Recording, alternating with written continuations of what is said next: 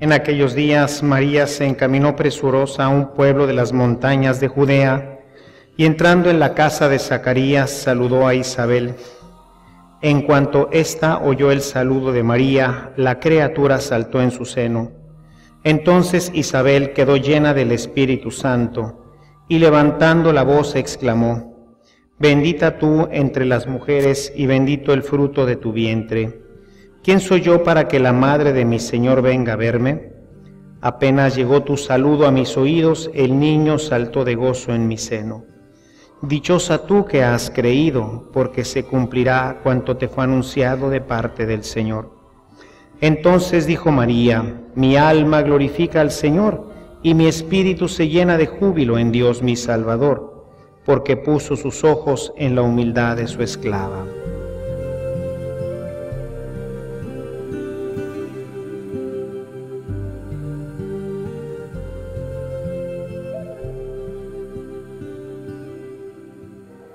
La fiesta que hoy celebramos, yo quisiera que hoy la orientáramos en el ambiente en que ocurren estas apariciones, para que nosotros podamos desde ahí entender un poco más el mensaje de esta aparición, de este misterio, que es realmente un misterio, y que nos ayude a realizar el propósito que Dios tuvo cuando en 1531 aparece la Santísima Virgen María bajo la advocación de la Siempre Virgen María de Guadalupe.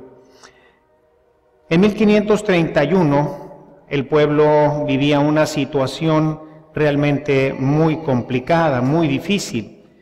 Por un lado, los españoles saqueando todo lo que podían, nuestro territorio, despojando a los indígenas, violándolos, violando sus derechos, en fin, realmente una situación drástica.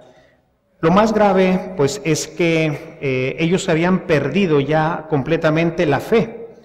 Para ellos un tema importante de su fe era el templo. El templo era el lugar en el que habitaba su Dios, y entonces ellos lo defendían, como decimos nosotros, ¿no?, a capa y espada, con todo lo que se pudiera.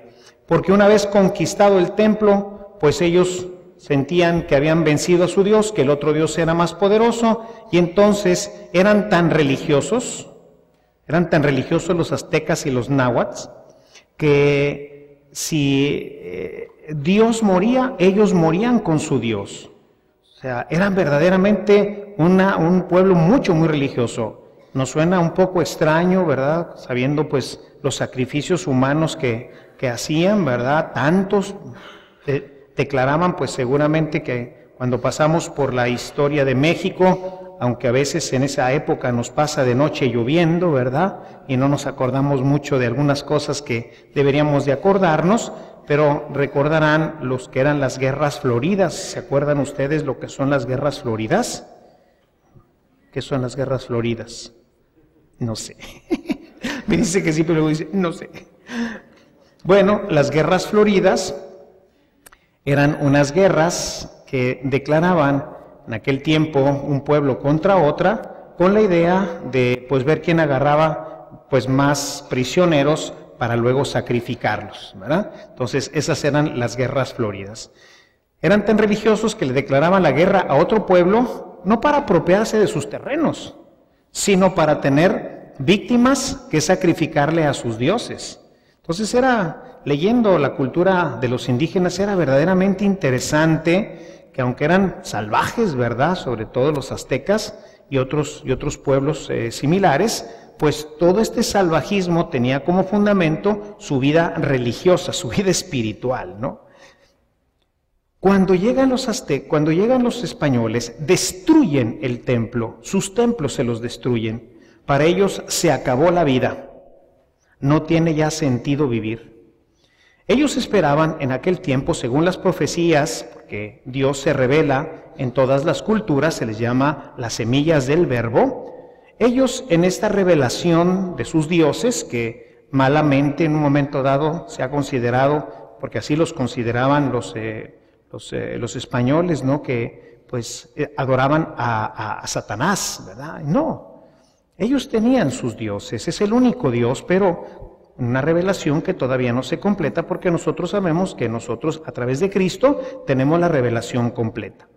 Así que sus profetas les habían dicho, estaban esperando el quinto sol, una nueva etapa en la humanidad, en la humanidad que ellos entendían. O sea, todo ese pueblo de los aztecas y toda la gente que vivía en el Anahuac, pues estaba esperando el renacimiento de la vida espiritual, una nueva etapa de su vida. Y cuando ellos esperaban que esto ocurriera, cuando todas las condiciones que ellos entendían según las profecías que les habían dado, cuando todo esto parecía aparecer en su horizonte, en ese momento llegaron los españoles y les dieron en la torre. Entonces ellos pensaron que todo esto era efectivamente una fantasía, que sus profetas se habían equivocado. ¿Cuántas veces nos ha pasado en nuestra fe que nosotros tenemos fe en el Señor, de que algo va a pasar, de que pues así nos han dicho, y la Escritura y todo, y de repente nos pasa completamente todo lo contrario, y nos va súper mal?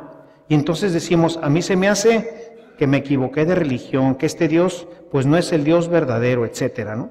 Bueno, pues esta era la situación del pueblo azteca en el momento en que va a aparecer la Señora del Cielo.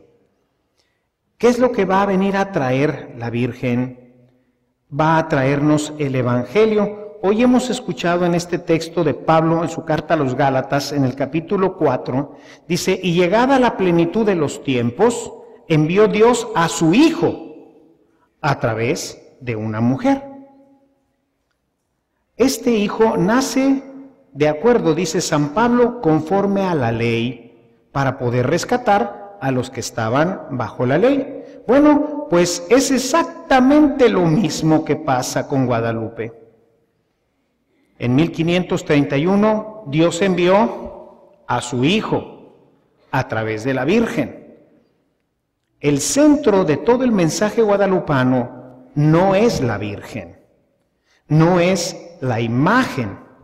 La imagen, como ya lo he comentado en alguna de las homilías en estos años que he podido explicarles algo sobre este misterio, la imagen tiene un códice, es un códice náhuatl, que nosotros pues no entendemos porque nosotros estamos acostumbrados a escribir en la forma arábiga, que es la forma como nosotros escribimos, con este alfabeto. Los náhuatl no usaban letras, usaban imágenes. Este cuadro que tenemos ahí es un códice, como si fuera una hoja pautada. ¿Saben lo que es una hoja pautada de música? El pentagrama, y luego pues tienen ahí una serie de puntitos y bolitas, ¿cierto? Muchos y con un montón de caracteres ahí que uno los ve y dice, pues ¿qué es esto? Parecen pulgas con las patas todas panzonas, ¿verdad? Y sin embargo, cuando un músico lo ve, ¿han visto leer a un músico la música? Es increíble, ¿no? Para los que no saben música, que le ponen esa hoja toda llena de bolitas, se ponen el piano. Bueno, los músicos buenos ni siquiera tienen que ponerse al piano, empiezan y tú dices, ¿qué es esto? Para ti son un montón de bolitas, ¿no es cierto? Para ellos no, para ellos es una escritura, se llama la escritura musical. El que estudia música y la conoce, pues puede tocarla tranquilamente y es algo como si nosotros estuviéramos viendo unas letras normales. Bueno, esto que estamos viendo ahí es Jesucristo, nada más que nosotros no lo podemos ver, porque nosotros no entendemos náhuatl. Si nosotros entendiéramos náhuatl y nos pusiéramos delante de esta imagen, que para ellos, pues la Virgen es desconocida, la imagen es solamente el medio. Llegada la plenitud de los tiempos, Dios envió a su Hijo a través de María. Lo que ellos estarían viendo, ellos no pondrían atención en lo que para nosotros hoy es importante, la Virgen María. Esa será una reflexión mucho más tardía, ya que haya llegado la evangelización a ellos. Lo que están viendo es un evangelio, nada más que está escrito en náhuatl. Y nosotros no lo podemos entender. Los españoles de aquel tiempo tampoco lo entendieron. Pero ¿qué pasó con los indígenas? Los indígenas, cuando veían la imagen, decían: ¡ay, Carlitos! Bueno, no decían ¡ay, Carlitos!, ¿verdad? Porque seguramente no se sabían esa expresión que es mía, pero dirían algo semejante, ¿no? Dirían: ya entendí, llegó Jesucristo, el Dios, el cercano y el lejano. No se murió como pensamos que había pasado, no lo mataron los españoles, no se acabó con la destrucción del templo de Tenochtitlan, está vivo. Y esta imagen me habla de todo este misterio que para ellos fue evangelio. Está en náhuatl, no lo entendemos, porque son figuras, cada una de las flores, cada una de las estrellas, cada uno de los elementos que podemos ver ahí, la luna negra, las alas, el que parece un angelito, que realmente no es un angelito, sino es un hombre sabio, ¿verdad? Es el que trae, pues, la verdad, porque los sabios, los hombres ya ancianos, pues son los que tenían la verdad. Entonces, la verdad es Jesucristo. Ese Dios del que nos vienen a hablar estos hombres blancos es verdad. Y entonces empezaron las conversiones, pero rápidamente se empezaron a dar las conversiones. Llegada la plenitud de los tiempos, Dios envió a su Hijo. ¿Para qué? Para rescatarlos de esta cultura, no solamente de la cultura que ellos tenían, que era una cultura pagana, que aunque adoraban al único Dios que existe, pues imagínense qué forma de adorar al Dios que existe, matando a los niños, a las doncellas y a todo el que se le ponía enfrente, le sacaban el corazón y se lo ofrecían al Dios del sol. Ahora resulta que el sol está eclipsado, el sol que era el más importante de sus dioses, ahora está eclipsado por Jesucristo, que está en el seno de esa mujer. En esa imagen, no tenemos ahorita tiempo para explicarlo, pero como les comentaba ayer, si alguno quiere profundizar en estos misterios, estamos teniendo una serie de conferencias en el Regio, en estos desayunos de la cultura mariana, en donde el padre Roberto Figueroa, que es un experto en este tema, nos está hablando de todos estos temas para conocer el gran misterio de Guadalupe. Y resulta que entonces todo el mensaje está llevado hacia el centro de la imagen, y en el centro de la imagen, ¿quién creen que está? Jesús. En el centro de la imagen está Jesús. De manera que el sol que está atrás, se fijan que está atrás el sol ya no es el importante, ahora está eclipsado por la mujer que nos trae a Jesús, que nos trae al verdadero Dios por quien se vive. Este sí es el verdadero Dios por quien se vive. El otro sí era uno de los dioses en los que tú creías, pero el verdadero Dios por el que tú tienes que vivir es el que te están enseñando estos hombres barbados.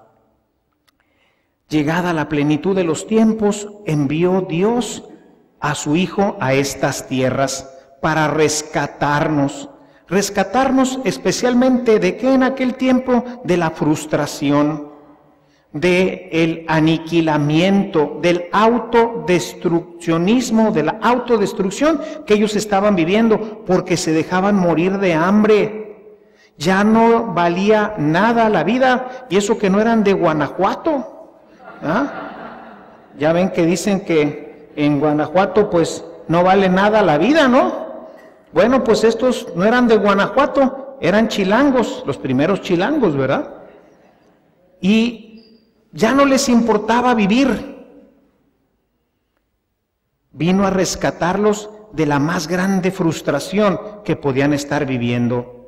Imagínense cuando se pierde la fe, se pierde todo. Cuando ya no tenemos por qué vivir, cuando aquello en lo que siempre habíamos creído, por lo que habíamos, imagínense los guerreros que habían dado su vida, que habían peleado, sus héroes, todo ahora parecía no tener ningún sentido. Pues ¿para qué seguir viviendo? Ya no tiene sentido la vida. Vino a rescatar a este pueblo de la aniquilación. pero más que nada vino a crear la nueva cultura, vino a crear un pueblo nuevo. ¿Y no es verdad que Jesús vino a crear un pueblo nuevo? Y que tomó de lo antiguo y de lo nuevo. El Nuevo Testamento, el pueblo de Dios, nosotros que somos el pueblo de Dios, no aparecimos por generación espontánea. Nosotros venimos del pueblo israelita, de ese pueblo que se evangeliza y que el evangelio nos convierte ahora en el nuevo pueblo de Dios. Lo mismo iba a pasar en aquel tiempo. ¿Qué van a hacer el nuevo pueblo? ¿Van a ser españoles? No. ¿Van a ser indígenas? No. ¿Van a ser mestizos? ¿Verdad? La unión de las dos culturas, de los dos pueblos, y van a ser un pueblo nuevo que tiene como único Dios a Jesucristo. Y de aquí los españoles deberían de haber aprendido mucho la lección, pero desafortunadamente quedó velada también para muchos de ellos. Y así, en 1531 ocurre esta aparición maravillosa que viene a darle un vuelco completo a la vida de aquel pueblo que había perdido completamente la fe, lo rescata de este aniquilamiento o de esta autodestrucción que ellos estaban buscando en su vida porque ya no tenía sentido la vida, y le vuelve a dar sentido y nace el pueblo mexicano. Nacimos nosotros en 1531 porque Dios envió a su Hijo a través de una mujer. Y bueno, pasaron muchos años, 1531, prácticamente hasta el siglo pasado, casi 400 años en que este códice quedó prácticamente escondido. La gente ha ido a ver a la Virgen de Guadalupe solamente porque ella es la Madre de Dios, porque le dijo a Juan Diego que le construyeran una casita para que en ese lugar ella consolaría a todos los necesitados, a todos los moradores de estas tierras. Y en esto, pues, la gente que en ese momento necesitaba consuelo, que en ese momento necesitaba que lo apapachara, que en ese momento necesitaba resurgir, pues se encontró en esta imagen, en esta forma de expresión evangélica, la caridad, que es fundamental en la evangelización. Pero no nos podríamos quedar ahí. ¿Qué pasó en los próximos 10 años? En los próximos 10 años se bautizaron millones de indígenas. ¿Qué pasó en las primeras comunidades después de este florecimiento del cristianismo, después cuando se da la paz constantiniana? En ese momento empieza un bautismo generalizado, todo mundo se bautiza ahora. Pero nos faltó un elemento fundamental: el códice, el evangelio. Los evangelizadores de aquel tiempo se vieron abrumados con tantísimos bautismos y dejamos de evangelizar. Y entonces nos fuimos convirtiendo en lo que hoy somos, un pueblo de bautizados. América Latina, podríamos decir que somos un pueblo de bautizados, pero nos falta el códice. Nos falta el evangelio, porque dice que envió a su Hijo. Y su Hijo es un mensaje. Su Hijo es un mensaje. Jesucristo es una persona, ciertamente, pero a nosotros esa persona llega en el mensaje que yo tengo aquí en mi mano. Y si yo no decodifico este mensaje, entonces esto no tiene mucho sentido, porque se convierte simplemente en una forma de culto vacío, porque no tiene una perspectiva de vida. El mensaje de Jesucristo nos empuja hacia la vida. Y esto tiene uno que aprenderlo de la Sagrada Escritura. ¿Qué es lo que pasa cuando un pueblo no tiene la Sagrada Escritura? Entonces rápidamente va perdiendo el sentido nuevamente, empieza a perder nuevamente el sentido y la orientación de su vida.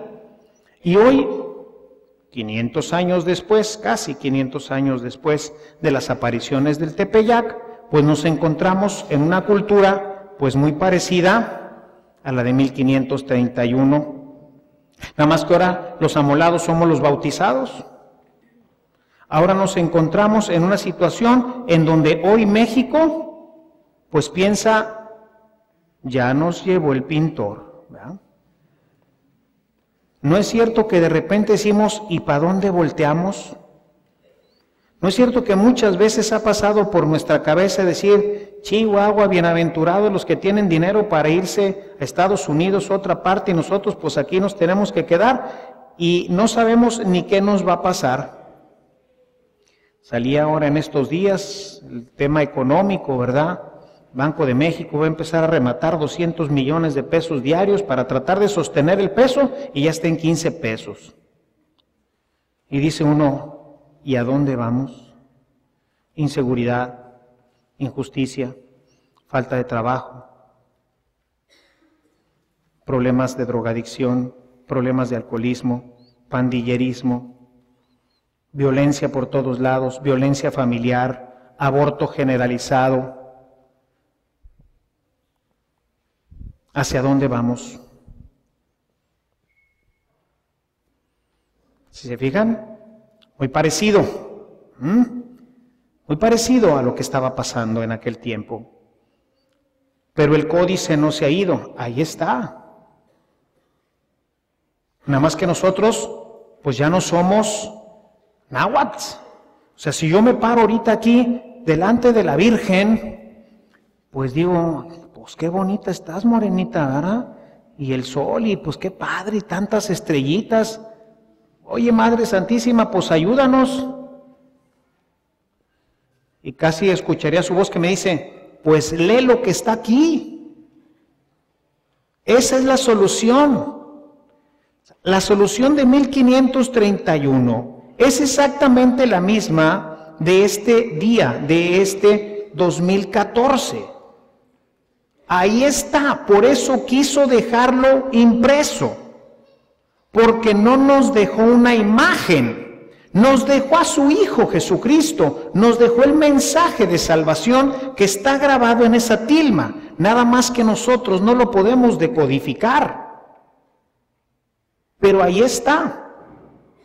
Y gracias a la canonización de Juan Diego, hoy San Juan Diego, se emprendió una tremenda búsqueda que llevó a la decodificación completa de lo que para nosotros estaba velado. Y hoy, gracias a estas investigaciones que se han hecho y que todas tienen un sustento científico, documentos de la época, etcétera, que hizo uno de los canónigos de la Basílica de Guadalupe, gracias a ello, a la canonización, todos los estudios que se tuvieron que hacer para comprobar su existencia, su santidad, para conocer la verdad de las apariciones, llevó a decodificar completamente este código. Y ese código no es otra cosa, no dice algo distinto de lo que está en este libro. Nada más que eso está en náhuatl y esto está en español.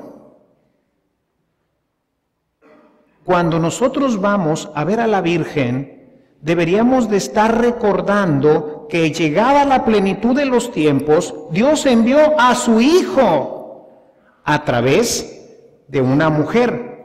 Y para que no se perdiera, igual que el Evangelio, se escribió, se estampó, pues igual la Virgen de Guadalupe. ¿Por qué se estampó? Porque lo que se estampó, hagan de cuenta que fue la Biblia para ellos. Por eso se convertían, porque iban a leer un código, no a ver una imagen. Iban a leer un código. Y por eso se convirtieron. Nosotros hoy tenemos, si queremos rescatar la cultura, como ocurrió en 1531, en donde ese pueblo que estaba completamente devastado resurge y crea esta grandísima nación que es México, Ahora necesitamos terminar esta obra que Dios ha emprendido. El momento para México fue 1531, llegada a la plenitud de los tiempos. Llegada a la plenitud de los tiempos en general fue hace 2000 años, cuando Jesús nace en Belén, ¿verdad? A través de una mujer nos llega el Evangelio, ¿cierto? Muy bien. Ese Evangelio sigue estando presente, ese Evangelio busca reconstruir la sociedad, este Evangelio busca que nosotros vivamos en el reino. Fue el momento, llegada a la plenitud de los tiempos, llegado, es decir, lo que está diciendo San Pablo en este texto de Gálatas 4:4 es en el momento preciso de la historia, cuando parecía para los israelitas que ya no tenían nuevamente sentido teniendo un Herodes y un Pilatos ahí que los hacían pomada continuamente, pues ya valió queso, ¿verdad? Bueno, llegada la plenitud de los tiempos, Dios envió a su Hijo, nacido de una mujer, para rescatar a los que estaban en la ley. Ese momento para los mexicanos que estaban en otro lado, que no conocían a Jesucristo, que no conocían a nadie,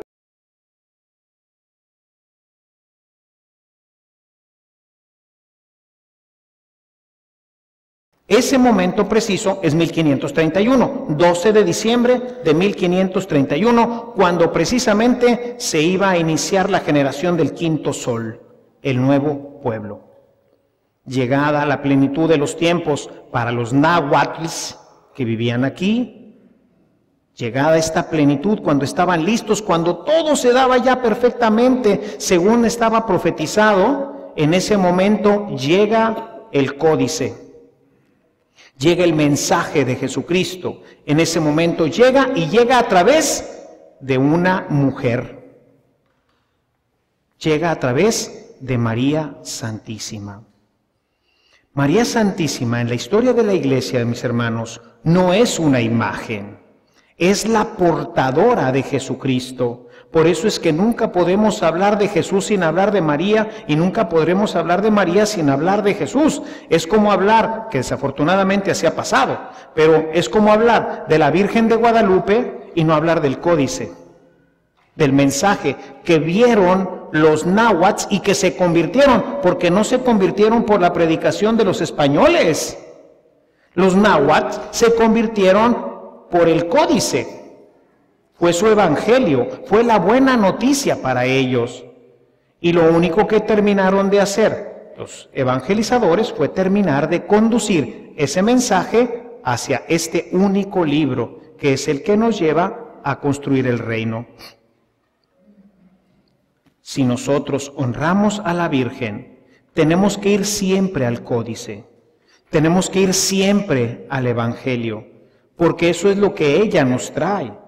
Y si nosotros lo refiriéramos en el Evangelio de San Juan, veríamos cómo en el capítulo 2, apenas iniciando su ministerio Jesús, de acuerdo al Evangelio de San Juan, en esas bodas de Canaán, ¿lo recuerdan ustedes? ¿Qué es lo que le dice la Virgen María a los sirvientes? ¿Que hagan qué?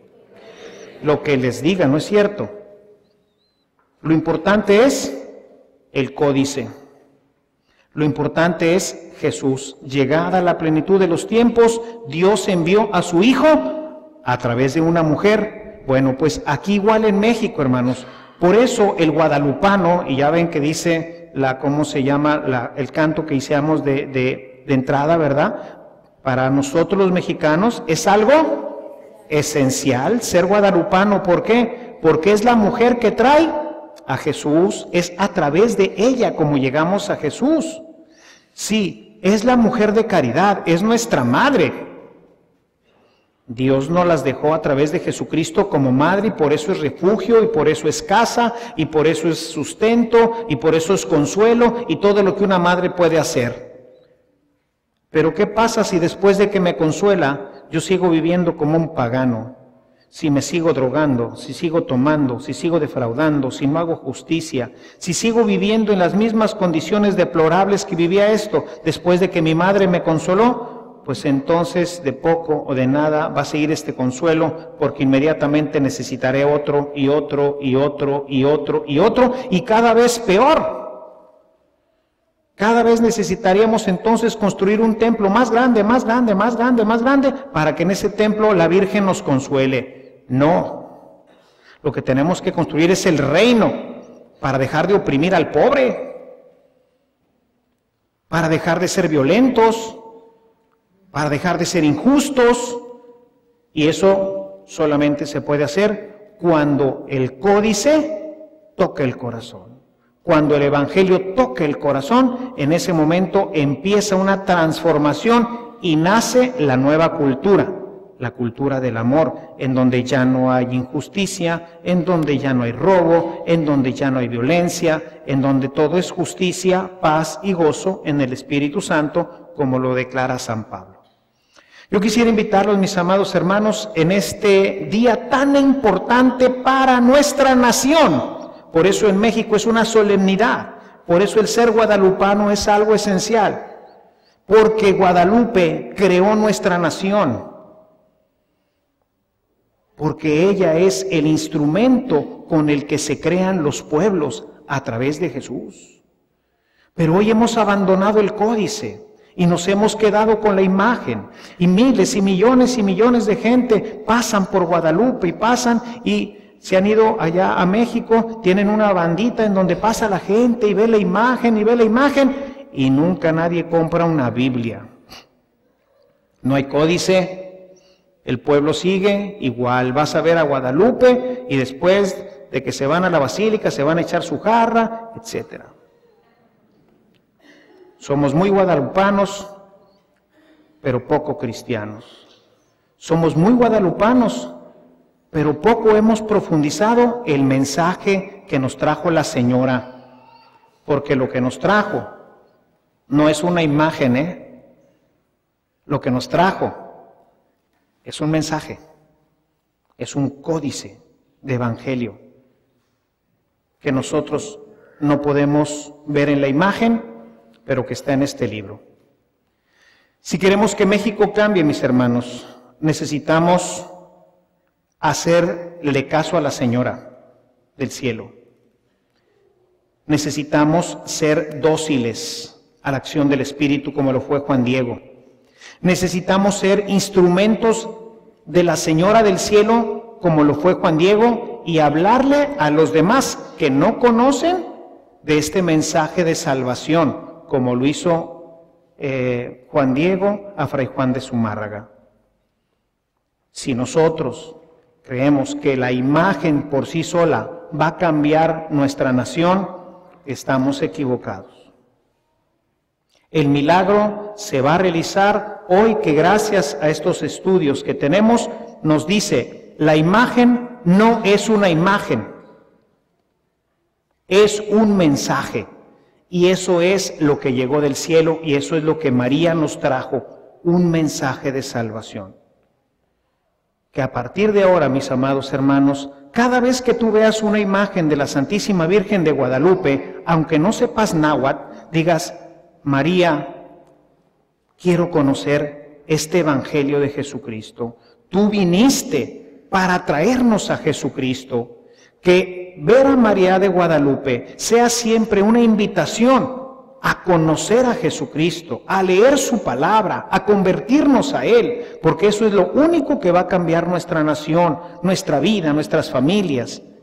Si nosotros solamente seguimos viendo y venerando y decimos, qué hermosa nuestra morenita del cielo, pues seguiremos con 1000 poemas y 1000 cosas hermosas, pero la sociedad se seguirá descomponiendo mientras no haya más Juan Diegos, mientras no haya más gente que comunique este mensaje a los demás. Guadalupe no es solamente una maravillosa imagen, es ante todo un mensaje que proclama que Jesucristo tiene que ser adorado y servido en todos y cada uno de los rincones de nuestro México. Seamos promulgadores, seamos propagadores de esto para que podamos ver un México diferente. Y así, lo que en 1531 empezó, podamos, si no nosotros, las siguientes generaciones, verlo consumado. Alabado sea Jesucristo.